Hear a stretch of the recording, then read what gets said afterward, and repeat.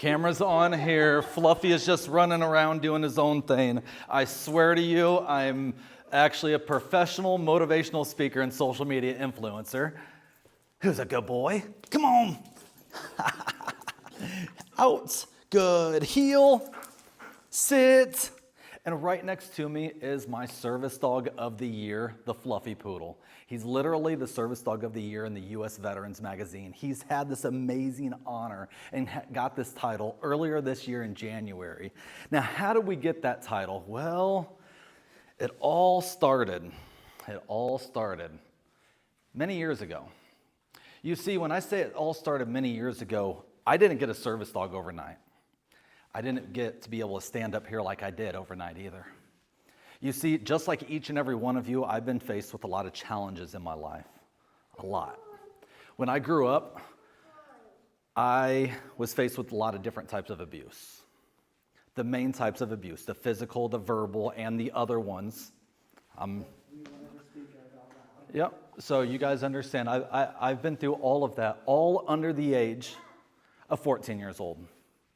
I've also been through group homes. I've been through foster homes. I didn't graduate high school. I have a GED. So I've been through a little bit growing up, but my challenges are no different from anybody else's, right? Because it's still a challenge. You know, when we grew up, we had a challenge putting on our shoes, right? Then we have challenges when we go to school. We have challenges when we go to work. Everybody has a challenge. So my challenges are no different from anybody else's challenge. So I want you to understand when we talk about this amazing journey and this amazing transition that I've went through in my life, I want each and every one of you to know that you can get through your challenges because number one, you're not alone with what you're going through. And number two, there's other people who's been through some stuff and some challenges, and we're here to help guide and shape you and inspire you in your life. With that being said, again, my name is Daniel Odell. I've been through a little bit of stuff in my life. All before the age of 18 years old. I struggled in school. I wasn't the best in school. I wasn't popular. I didn't have the money to even afford a suit. When I was younger, my nickname was Butter. I mean, everybody loves butter, right? But imagine the reason why I loved butter is because that's the only thing that I had in my refrigerator growing up. We didn't even have ketchup, mustard, milk. We didn't even have flour in the cupboard. All we had was sticks of butter. So my mother would catch me under the kitchen table eating sticks of butter because that's all we had. During all of that stuff that I went through in my life before I was 18 years old, I always had mentors. I always had a librarian inviting me to little speeches like this to inspire me, to motivate me. I always had somebody showing up teaching me how to build little train pieces of wood, or they took pieces of wood and made little trains out of it. We always did something. I always had a mentor. I always had somebody there to guide and lead and inspire me to never give up. So during that whole time, all of those people who were inspiring me, each one were military in some way, shape, or fashion. So growing up, I always had the dream of joining the military. So when I turned 18, you want to know what I did? I joined the United States Army. My guess was the Marines. Well, my first choice was the Navy. Close enough. Because I wanted to be a Navy SEAL. I wanted to be the best of the best. I wanted to go in, assess, develop, and change communities because most people don't know that's what the military does. Okay, when we go in, we assess what is going on, we develop it and leave it better than what it was. And hopefully they can be self-sustainable. That basically means we go into communities and we leave them better than what they were because sometimes they have some bad people in there. So we try to make sure that they're, going to jail and stuff, and we just make it better, build schools, churches, grocery stores, and then we leave and it's a better community. So when I went over to the Navy, they said no to me. I went over to the Marines. They said no. I'm a little short, scrawny guy. All right. They were like, no, you're not tough enough. So I went to the Army, and they said yes. I was trying to be be Special Forces at the time because Navy SEAL is what I wanted. They said no to that. They said you're going to be a cook. I said, really? I didn't understand at the time the reason why I was a cook in the military. Fluffy, leave it. See, at the time, I was told that I could enlist, be a cook, travel around the world, and experience many things. And that's what I did. I joined the United States Army in 2007. 2008, I deployed to Iraq in the peak of the Iraq War. A lot of crazy stuff was going on in 2008. But I was aviation at the time, okay? Aviation at the time, we flew around and we supported people all around Iraq. So that means I got up in helicopters and flew around, and that's what my company did. We were a general support aviation brigade, which means that we supported with our aviation capabilities. My whole company did not have to leave the base at all. My whole company, they could drink green bean coffee, which is like a Starbucks over there. They could eat McDonald's. They could eat Taco Bell. Our base was big, and it was called Cobb Spiker, later known as the Iraqi Massacre, I think in 2014. When I was there at Cobb Spiker, I didn't have to go on any missions. I could cook food all day. Actually, not cook. We transported food and we served the soldiers and so on. But I didn't have to leave and do any missions. But I went over to my commander and I volunteered. Every single time that I got off, any downtime that I have, I volunteered to go on missions. But since I was a cook, they didn't want to give me a lot of things. When I say it like that, I was a cook going outside the wire with only one 30-round magazine and body armor. On a helicopter, being shot at. Yeah, my heart was thumping. Yes, things were puckering. I'm going to tell you what, I was a little nervous. But I had a great team with me that always guided me, that always told me, those mentors that I was telling you guys about, I always had them to lead me, train, and assess what I am doing to develop a good plan so we can execute it so everybody could come back home. So when I was in Iraq, I volunteered, and I didn't have to volunteer to go outside the wire and put myself in the danger. One day I volunteered to go on a mission, and I seen some things and experienced some things that I'll never forget about. I hid one of those challenges that I went through for a very long time. So when I came back from Iraq, I started picking up that bottle. And it wasn't Gatorade or water. Picked up that bottle, Jack, Jim, James. Every guy's name, brown bottle. Oh yeah, it was my favorite friend. I kept picking up that bottle and picking up that bottle when I came back home from Iraq, and I realized one day when I made my drink that I can't do this no more. Why? Because my soldiers need me, and not just my soldiers need me. There's people all around the world that I'm a hero. I signed the dotted line to protect care of our country. I don't need to be like that, so I stopped drinking. And then I went over and I focused on all of my energy on training my soldiers. And when I was training my soldiers to go to Afghanistan, I broke my neck. I broke my lower back. If you look really close right here, there's a little mark right here. There's a scar.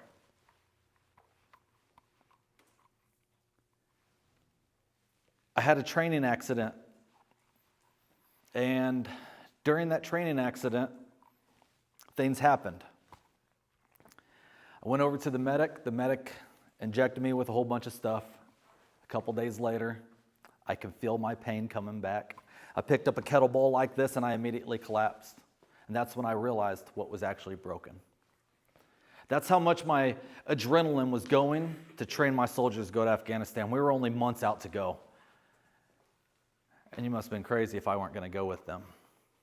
So I tried to hide my injuries over and over and over. Tried to hide them, but I couldn't. I couldn't even wear a helmet. I'd wear my body armor up like this, put on that neck guard up so high so it just alleviate just a little bit of that weight on my head. Until one of the team members comes over and he goes, "Daniel, that soldier right there is going to die because he's picking up your little bit of slack when we're overseas." He goes, "Think about that. You're going to live the rest of your life like that?" And I said, that was a tough decision to make. It was a tough decision to make. Am I going to fake my injuries and possibly get one of my other soldiers injured? Or is it time for me to focus on transitioning out the military? So after that moment, I took a deep breath and analyzed everything, just like we did in the military. We assessed and we developed. I got sent to South Korea for a year while I waited on the Wounded Warrior Battalion here at Fort Knox to open up and to accept me. When I went over to the Wounded Warrior Battalion at Fort Knox, I was greeted with open arms. The transition was amazing. They made sure I went to classes, learned how to write resumes. They taught us amazing, amazing things. But when we get out the military, this is what a lot of people don't understand. Where's our mentors? Where's our leaders? Where's our people telling us what to do anymore? See, when we were in the military, we got told what to do every single second of the day. We got told what to wear, and it was the same thing. Breakfast for PT. Throughout the day, wear your uniform. Going to something special, you're putting on your Class A's, you're putting on your nice uniform, right? We always get told what to do. No matter what rank you were, you always got told what to do. When you were in the military, you really didn't have a lot of choices. You get told what to do. And you were trusted with millions and billions of dollars worth of equipment and personnel. But when you get out, when you go and get a job, sometimes they don't even want to trust you with a $1,000 business card. And you're like, really? I was just in charge of a tank. You know, like that's millions of dollars, that tank. I was just in charge of a Black Hawk, millions of dollars. I was just in charge of humans, but a lot of us, during that transition, we struggle. And these are some of the reasons why we struggle is because we don't have that mentor. We don't have somebody to say, hey, there's people like Daniel the Big O and the Fluffy Poodle that are here to guide you, lead you, and inspire you. We don't have somebody that's always there saying, hey, wake up, go exercise, maintain your health. Because it's very important that we maintain our health throughout our life. We don't have somebody saying, go do this, go do that. So for the longest time, and when I say the longest time, for 5 years after I got out the military, I thought about tying nooses. I've thought about what I call throat bullets. I thought about ending my life many, many days. Okay? Because I didn't know my place in society, and I struggled all the time with what I was going through mentally and physically. Because it was very difficult when I had my neck surgery, or before I had my neck surgery, those 5 years, I was waiting for doctors to accept me to, have the neck surgery. I was going through every single thing that the VA would offer, and nothing was working. My lower back, the doctor said I'd never be able to run again. And I got on that treadmill every day, took one step. And then another day, took another step. And then finally, I'm running. I get on that treadmill and I run a couple miles every day now. You only lose if you give up, right? Amen. And all it took was for somebody to tell me that I was not alone with what I was going through. I was at an event one day, similar to this, with a guy named Rod Rodriguez. Shout out to you, Rod Rodriguez. He's the president of the Global War on Terrorism Foundation in Washington, D.C. We are making a monument there right next to the Lincoln Memorial and the White House for all of us Global War on Terrorism soldiers. I was listening to one of his speeches, and he said, it would be a disservice if I ended my life because all those soldiers who aren't here anymore would love to have this opportunity that I have. And that hit home. It hit home really hard because every day, every second for 5 years, I thought about it. I thought about it. My kids have seen it. My wife has seen it. Climbing ladders, stepping on ledges, doing all this high, intense stuff. And until I heard that sentence, I didn't stop. I heard that sentence. I said, man, all those soldiers who aren't here anymore would love to be here. So it is my duty and it is an honor to stand here and tell my story. Letting each and every one of you that you're not alone. Making sure that you guys have the mentors, have classes like this, or not classes, having opportunities like this to come out and get inspired. My challenges that I've been through in life are no different from anybody else's. They're really not. Everybody learns how to ride. Not everybody learns how to ride a bike, but when we all get on a bike, you just didn't get on it and right away ride right away. No. I know there's some business owners here too. Look, that first time you're in business, it's not easy. It's really not. When we're at work, we're doing things. The progression's not easy. We get a little scared, but that nervousness is good for us. But you're not alone with what you're going through. There's many people that help guide and assess and lead you. Now, after I heard that sentence from Mr. Rod Rodriguez, I got a phone call saying that there's an organization that's going to help me with my physical and mental pain that I was going through, caused from my time in the military. And I'm like, are you serious? Like, how is a dog going to help me? All right? So I go up to this organization, I researched them a little bit, and it was in Chicago, Illinois. And in Chicago, Illinois, they said, we got a dog for you. So I sit in a room like this, a dog comes running out. This dog was hyper. And I go, no, how is this dog going to help me? Like, this dog's like, it's irritating me to the point where I didn't even want it in the room. I mean, that dog just wouldn't stop. So that dog leaves. Another one comes in. It wasn't that hyper, but we just didn't have a connection. The next dog, before they opened up that door, they said, Mr. Daniel Odell, the next dog that comes out, we're not sure if you're going to like it, but just trust us. That door opens up, this white poodle comes running, and I go, I don't want him. Absolutely not. I mean, poodles are not a manly dog, okay? Until you do a little bit of research. Poodles are the second smartest dog in the whole world. They're also used in World War I, II, and in many conflicts after that and so on. To make a long story short, they are very, very manly dogs. But at the time, I didn't know. So he comes running in, and he comes and sits next to me. Kind of like he is now, right? No matter what I did, he always gave me this look. Always. So I tested him. I walked away. I go, I wonder if he's going to listen. Come. Good boy. He listened. So I brought him back over. Out. Heel. And I go, well, my neck's broken. My arms will never work properly till the day I die. I cannot pick up, push, pull more than so many pounds. It hurts a lot. Yesterday, literally, this whole arm was numb. I literally could not use it at all, okay? So I had to test them again. I go, well, I wonder if my dog can go get my shoes. Since my arms do not work and my lower back hurts, it hurts to bend over. I wonder if he can go and get them. So I tested him. Fluffy, shoe.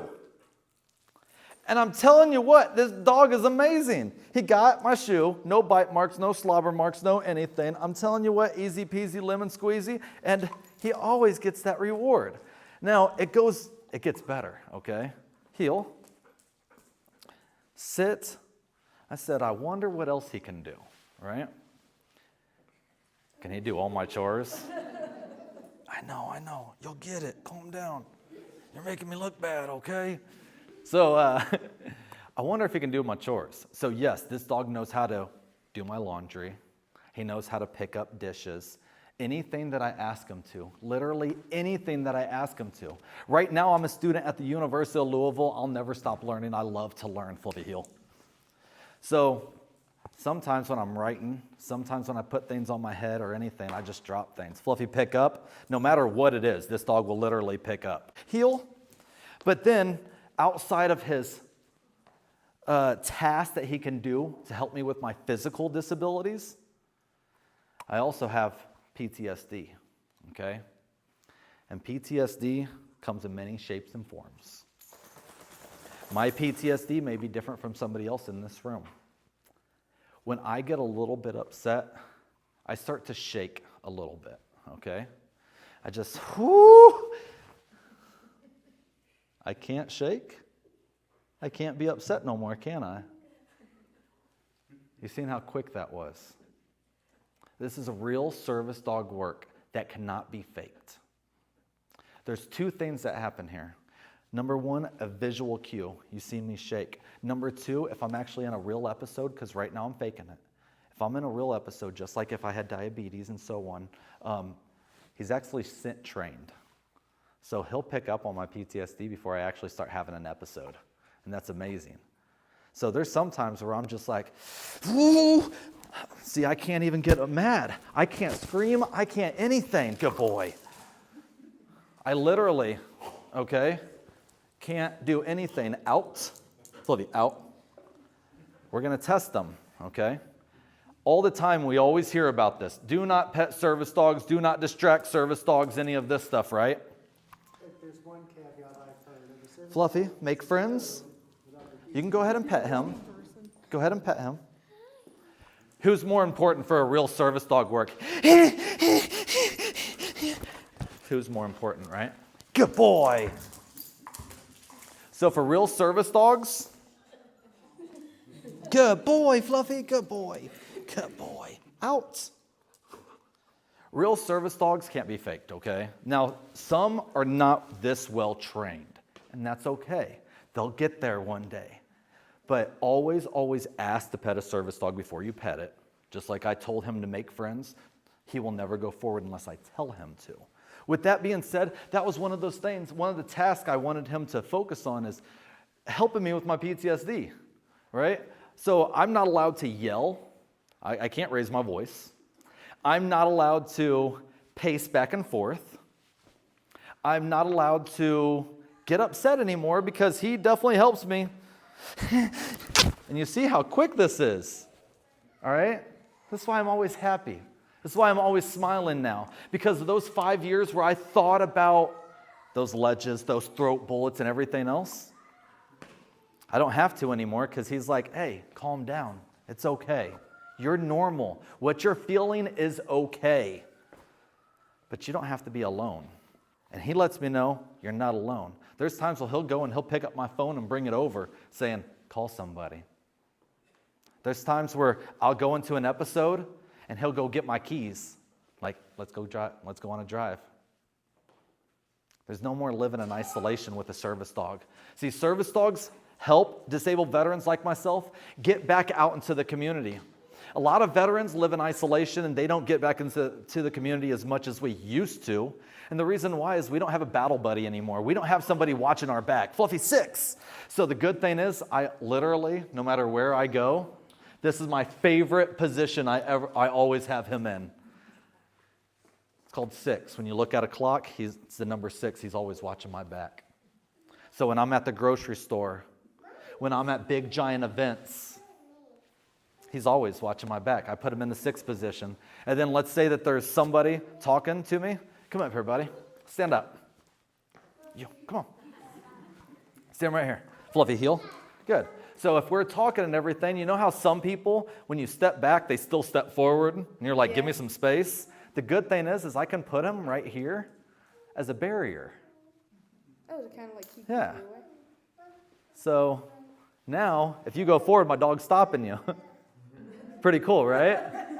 Now, say if there's a lot of people all around, I go, circle. Now, he goes a bubble around me. Pretty cool, right? Go ahead and sit down. Thank you. Thank you, buddy. Pound it, pound it, pound it, pound it. Oh, don't leave me hanging. Oh, there we go, there we go. So besides the task that, he can do to help with my physical disabilities, there's a lot of things that he does to help with PTSD, anxiety, those nightmares at nighttime. He will literally go turn on the light first and then come wake me up from a nightmare PTSD episode. And the reason why he turns that light on first is because if he woke me up first and I see a flash, not good. Makes sense, right? Yeah. It's all those little things. So going back to when I got him, I tested him, and I had to make sure that he was legit. And then one day, my trainer said, you need to start filming and sending all this training videos up to Chicago. Because I live down here, and that was a 5-hour drive that I was taking every single week. They said, you don't need to come up every week, just start filming. So I picked up my phone, put it on a tripod, and I started filming. each and every day. And I upload it on YouTube, Instagram, TikTok. And people are sending us messages saying, good job. I'm like, really?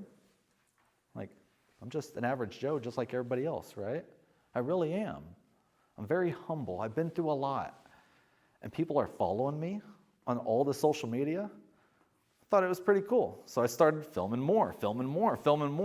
5 years later, actually it's 6 years to this day. 6 years later to this day, we've been on YouTube, TikTok, Instagram, Twitter. I've been on TikTok's rooftop headquarters, hold on, I said that wrong. TikTok's headquarters in Washington, D.C., their penthouse suite on the rooftop. Yeah, I've been up there, earlier this year. I've met a lot of marketing people in Facebook. I know Instagram. I know all these wonderful, famous people that taught me how to tell a story, how to translate to inspire people. So that's what I do now. I stand on stages. After everything that I've been through, I learned that I can be a mentor now. I can inspire people. So I learned that I can stand on stages, film my life each and every day, and motivate each and every one of you to live your life to its fullest and ultimately let you know that you're not alone with what you're going through. You're really not. My challenges, again, are no different from each and every one of yours. It's a challenge. So do not compare yours to anybody else's, because you can't. Pain is pain, challenge is a challenge.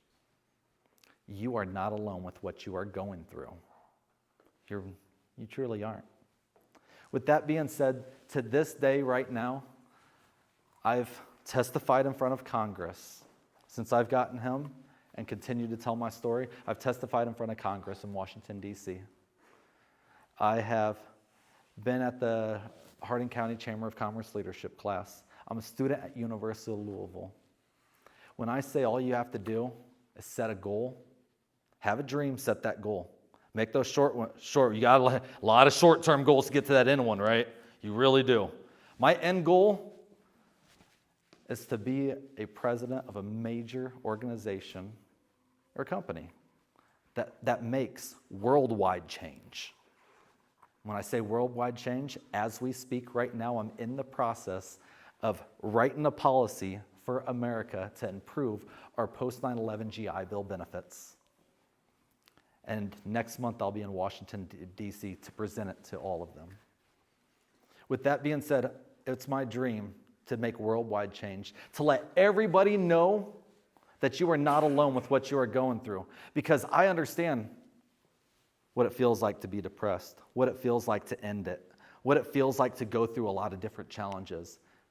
And out of all those times that I really felt alone and those mentors were there and I just wasn't listening half of the time, I was going through one ear out the other. Now I just make sure that I help people. I help people all around the world. And that's why I own Motivate. You're like, hold on, that's spelled wrong. It is. Hold on. Yeah, that's spelled wrong, right? Absolutely not. What is your motive to get to your fate? Think about that. And I'm here to motivate you. My logo is right there, helping one person at a time, helping one class, one speech, one movie, one anything. With that being said, you're not alone with what you are going through. Have mentors, have people to guide you, have people to listen. But with that being said, first and foremost, I want to say thank each and every one of you for coming and listening. And I encourage you, all of you, to go back out and spread more awareness, letting everybody know that you're never alone. Tell your story, encourage everybody, and help build a community. Build a strong community that we can all flourish in. With that being said, our life is an open book. So we're going to leave the last couple minutes for you guys to ask any questions. Any at all. We're open and honest. If you guys want to know anything, let's go.